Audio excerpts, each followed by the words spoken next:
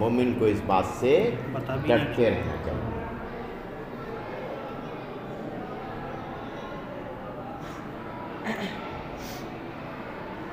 عمل پر غرور و تکبر نہیں کرنا چاہیے، عمل کرتے رہنا چاہیے اور اللہ پر بھروسہ کرتے رہنا چاہیے کہ اللہ تعالیٰ قبول کر لے۔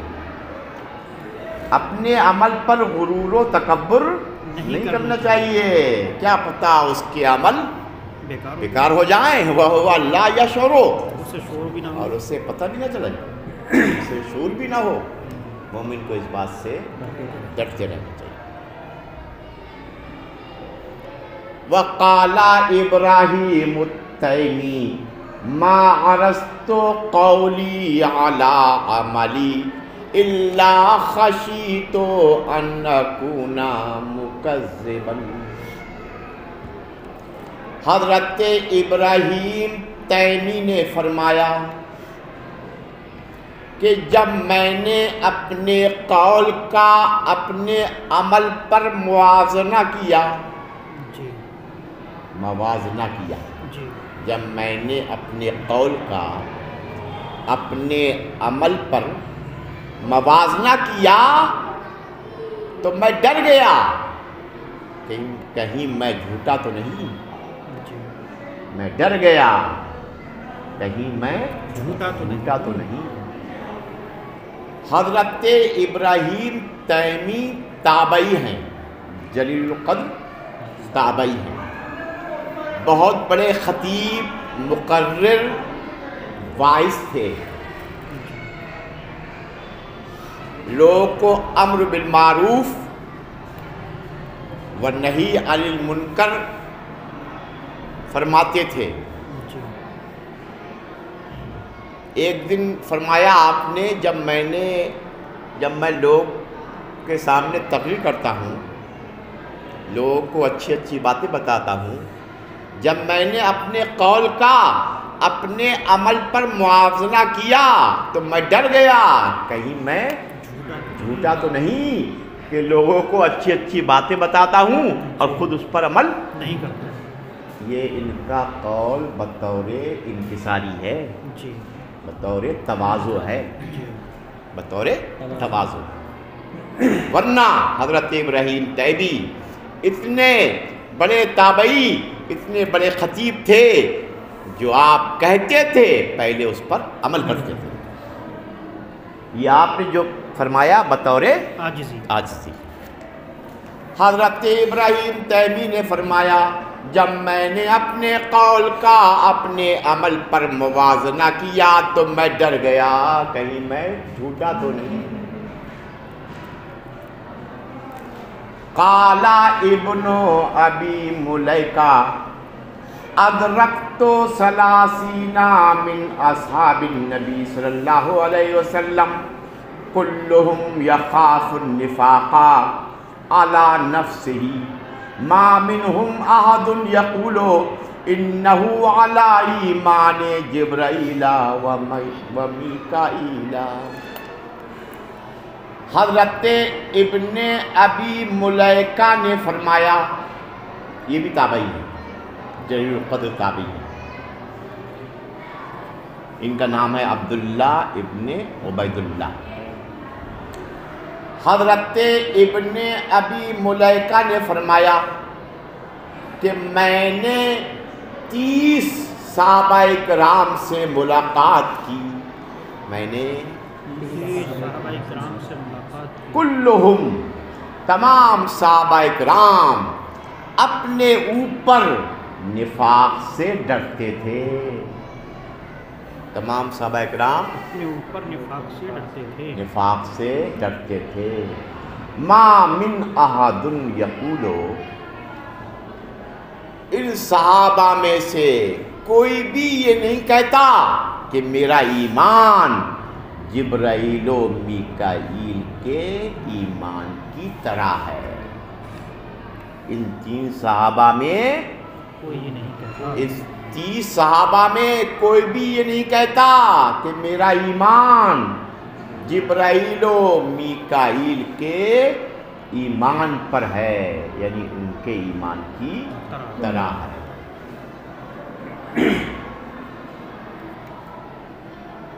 حضرت ابن امیر ملیکہ نے فرمایا میں نے 30 صحابہ اکرام سے ملاقات کی، کلہم یخاف النفاق علی نفسہ، وہ تمام اپنے اوپر نفاق سے ڈرتے تھے۔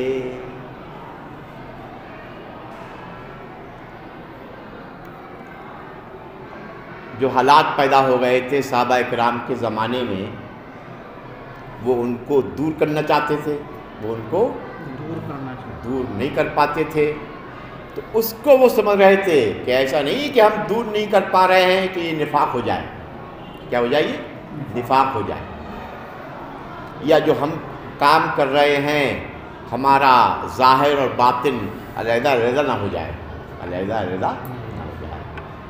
کوئی بھی یہ نہیں کہتا تھا کہ میرا ایمان جبرائیل کے ایمان کی طرح ہے، جیسے کہ حضرت جبرائیل گناہوں سے محفوظ ہیں، معصوم ہیں، فرشتے معصوم ہیں، تو صحابہ کرام اپنے آپ کو معصوم نہیں سمجھتے تھے، معصوم نہیں سمجھتے تھے۔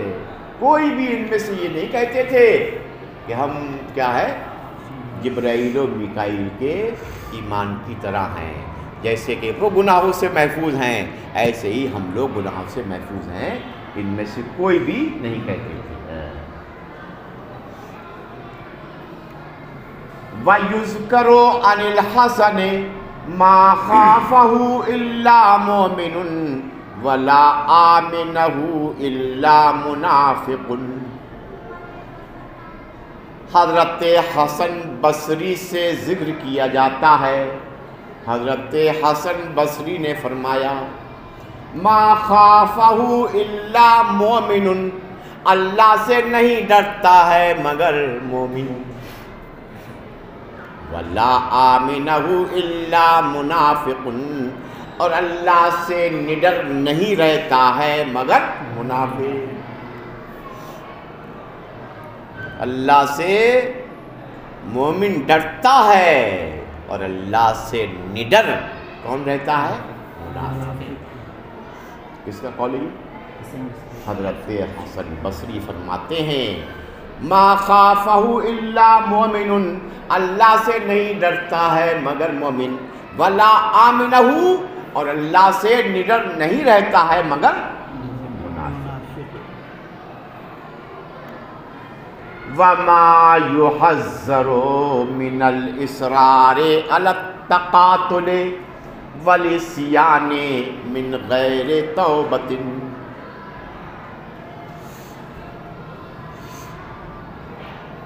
وما يحذر، اور اس باب میں اس کا بھی ذکر ہے، وما يحذر ڈرایا گیا، وما يحذر ڈرایا گیا، قتال اور گناہ بغیر توبہ کے اڑے رہنے پر، ڈرایا گیا قتال اور گناہ بغیر توبہ کے اڑے رہنے پر، اصرار پر ڈرایا گیا۔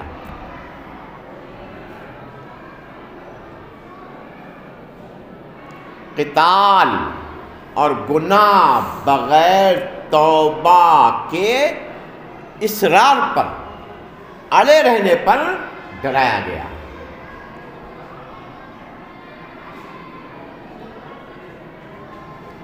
اللہ تعالیٰ کا قول ہے وَلَمْ يُصِرُّوا عَلَى مَا فَعَلُوا وَهُمْ يَعْمَلُونَ، وہ لوگ اپنے کیے پر دانستہ اڑے نہیں رہے،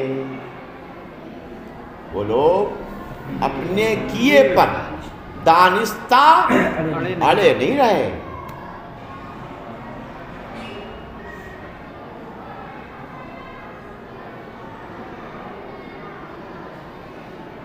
ہم سے حدیث بیان کی، یہ حدیث مذہبی ہے حضرت زبید سے، انہوں نے کہا سالتو ابا وائل عن المرجئہ، انہوں نے کہا میں نے حضرت ابو وائل سے فرقہ مرجئہ کے بارے میں معلوم کیا۔ حضرت زبید نے کہا میں نے حضرت ابو وائل سے فرقہ مرجئہ کے بارے میں معلوم کیا۔ فقال، حضرت ابو وائل نے حدثنی، مجھ سے حدیث بیان کی۔ فقال، ابو وائل نے کہا مجھ سے عبداللہ ابن مسعود نے حدیث بیان کی کہ نبی کائنات صلی اللہ علیہ وسلم نے فرمایا ہے سباب المسلم فسوق، مسلمان کو گالی دینا فسق ہے، وقتالہ کفر، اور مسلمان سے لڑنا کفر کے مرادف ہے، کفر کے مرادف ہے۔ فرقہ مرجئہ ایک گمراہ فرقہ ہے، ایک جس کا بنیادی عقیدہ یہ ہے کہ ایمان لانے کے بعد کوئی گناہ ضرر نہیں دے گا، ایمان لانے کے بعد کوئی گناہ ضرر نہیں دے گا، کتنا بھی بڑا گناہ کر لو، ایمان لانے کے بعد وہ جہنم میں ایک سیکنڈ کے لیے بھی نہیں جائے گا، یہ عقیدہ ہے ان کا۔ اور ہمارا عقیدہ کیا ہے کہ گنہگار اپنے گناہ کی سزا پانے کے لیے جہنم میں جائے گا، اور ان کا عقیدہ کیا ہے کہ ایمان لانے کے بعد کوئی گناہ ضرر نہیں دیتا ہے۔ مرجئہ یہ گمراہ فرقہ ہے،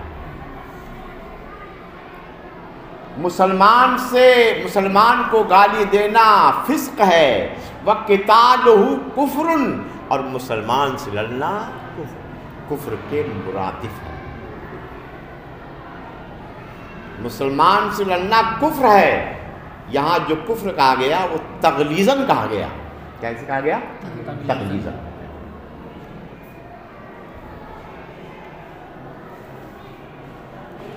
ایک حدیث اور پڑھو۔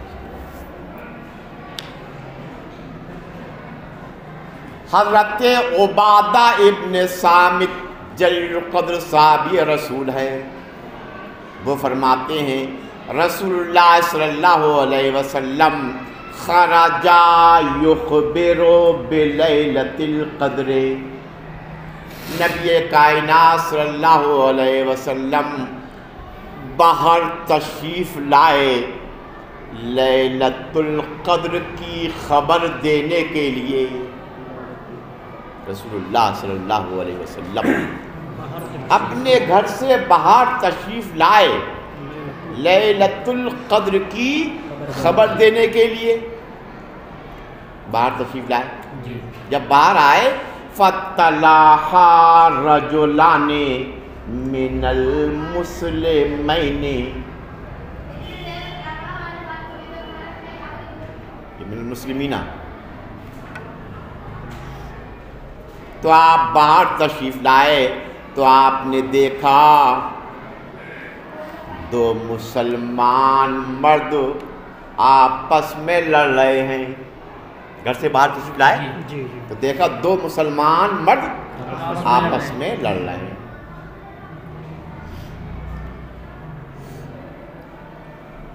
دونوں صحابی تھے، وہ ظاہر بات ہے حضور کے زمانے میں جو ہوں گے وہ کون ہوں گے؟ صحابی، دونوں صحابی تھے، دونوں کیا تھے؟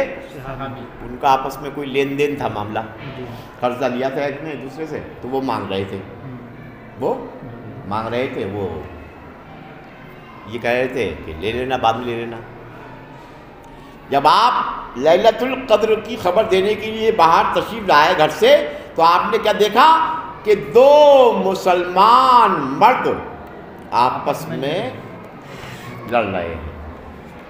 فَقَالَا إِنِّي خَرَجْتُ لِأُخْبِرَكُمْ بِلَيْلَةِ الْقَدْرِ، آقا نے ارشاد فرمایا میں تو نکلا تھا تاکہ تم کو لیلۃ القدر کی خبر دوں، میں تو نکلا تھا وَإِنَّهُ تَلَاهَا فُلَانٌ وَفُلَانٌ، لیکن فلاں اور فلاں لڑ رہے ہیں، لیکن فلاں لڑ رہے ہیں. فَرُفِعَتْ، تو لیلۃ القدر کا علم اٹھا لیا گیا. فَرُفِعَتْ، لیلۃ القدر کا علم اٹھا لیا. وَعَسَىٰ أَن يَكُونَ خَيْرًا لَكُمْ، اور امید ہے کہ اس کا علم اٹھا لینا ہی تمہارے لیے بہتر ہو. اس کا علم اٹھا لینا ہی تمہارے لیے بہتر ہو. فَرُفِعَتْ، لیلۃ القدر کی تعین اٹھا لی گئی. سمجھ بھی کرو، لیلۃ القدر کی تعین، اور امید ہے کہ تعین کا اٹھا لینا ہی تمہارے لیے بہتر ہو، تاکہ تم زیادہ عبادت کرو، زیادہ عبادت کرو. اگر تعین ہو جاتی تو اسی رات میں تم عبادت کرتے. اگر لیلۃ القدر کی تعین ہو جاتی اسی رات میں کرتے ہیں. تو لیلۃ القدر کی تعین اٹھا لی گئی. تم اسے تلاش کرو. کہا میں 27ویں رات میں، 32 29ویں رات میں، والخمس اور 25ویں رات میں. اور امید ہے ان یکون خیرا لکم، تعین کا اٹھا لینا تمہارے لیے بہتر ہو. التمسوها، تم لیلۃ القدر کو تلاش کرو. پھر 27ویں رات میں، 29ویں رات میں، والخمس، یہ تمہارے لیے ثواب کی زیادتی کا باعث بنے گی، تمہارے لیے کثرت عبادت کا باعث بنے گی. تم 27ویں کی رات میں بھی عبادت کرو گے، اور 29 کی رات میں بھی عبادت کرو گے، اور 25 کی رات میں بھی. امید ہے کہ یہ تعین اٹھانا تمہارے لیے بس باب و سوال. یہ حضرت لڑائی کی وجہ سے تعین اٹھائی ہے. لڑائی کیسے؟ ہاں، کیا ہوا؟ لڑائی کی بات. کبھی کبھی اچھی بات لڑائی کی وجہ سے اس کا بتانا ختم ہو جاتا ہے. جھگڑا، لڑائی، یہ سبب بن گئی لیلۃ القدر کی تعین اٹھانے کا. لیلۃ القدر کی تعین اٹھانے کا. جھگڑا ہوتا ہو، ہم تقریر کرنے کے موڈ میں ہوں، ان کی اصلاح جھگڑا ہوتا ہو تو ہم تقریر نہیں کریں گے، ان کی اصلاح نہیں کریں گے. ہم اصلاح کرنے کی روڈ پہ نکلیں، وہاں دیکھ رہا گتم گتھا ہے لوگ، تو وہاں ہم اصلاح نہیں کریں گے. تو جو اصلاح کرنا تھی وہ رک گئی، ان کی اصلاح. اس لیے حضور نے دیکھا یہ تو گتم گتھا معاملہ، تو اب بتانا بیکار. ان لوگوں کو بتانا بیکار ہے. اس لیے آپ نے جو کہا تعین فروفیت، تعین اٹھا لی گئی، اور یہی بہتر ہے کہ تمہاری لیے تعین اٹھا لی جائے. تو کبھی کبھی جھگڑا، فساد اصلاح کی دوری کا سبب بن جاتا ہے، اصلاح کی دوری کا سبب بن جاتا ہے. یہ